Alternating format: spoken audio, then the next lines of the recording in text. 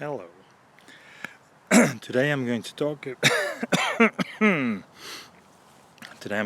about the very general treatment principle from so-called third generation cognitive therapy called ACT, Acceptance and Commitment Therapy. The basic principle of acceptance and commitment therapy is that we will have negative feelings inside.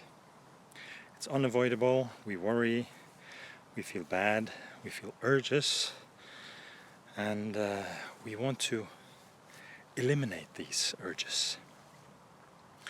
So it's very easy for us to think that we have to do something about it. For instance, we use this when we treat people who have problems with hair pulling.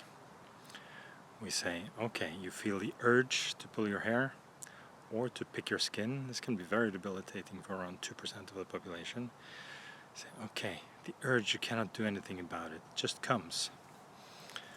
You can either try to fight it by picking or pulling, or you can choose to disregard it and see if it passes. Most of us have the experience of disregarding urges to do something when we scratch. For instance, we scratch in our butts. Yes, scratch in our butts.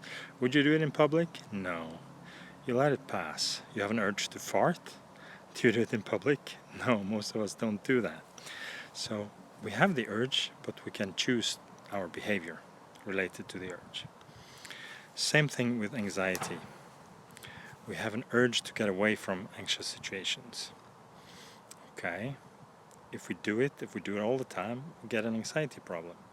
If we're able to resist the urge and just stay there and endure the anxiety until it passes by itself, we win.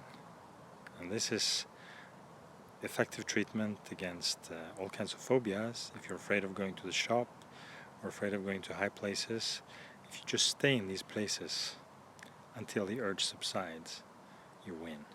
You can treat any psychological problem with this approach.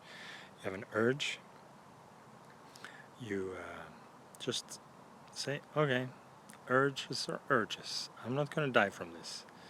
I'm just going to stay here, and then it will disappear, finally.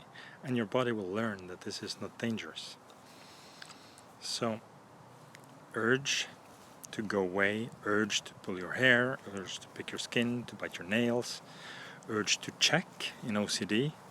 Hey, we can deal with urges. Urges, we can't control whether they come or not, but we can control the behavior that we do. A lot of people are worriers. They have the urge to worry. They feel that they should worry. If you have kids, you feel that you should worry about your kids. Should you? What if the worry drains your energy so much that you are angry with the kids when they come home? Not a good idea. So when you feel the urge to worry, urge to have an internal discussion about what if this happens, what am I going to do then? All these kind of what ifs in our life. If we say, no, this is just an urge I have to know for certain, an urge I have to think through everything that I don't have to think through. Many of these things will never happen. Just say, no, I'm going to resist this urge and rather do something that's valuable to me. This is the key. Do something that you find valuable. Whenever you feel the urge to run away or think through or check the switches again or check the door again, say, no. I'm not going to give in to this urge. Instead, I'm going to do something that's valuable. If, for instance, you're afraid that you're going to go crazy or that you have a sickness of some kind, you might think, I got to check it on Google. Got to check on Google if I'm really going to go crazy, if this is something that other people have seen and they have gone crazy. Don't do it. Don't do it. Say, okay, I have an urge. Urges can be resisted. This is what all mature people do.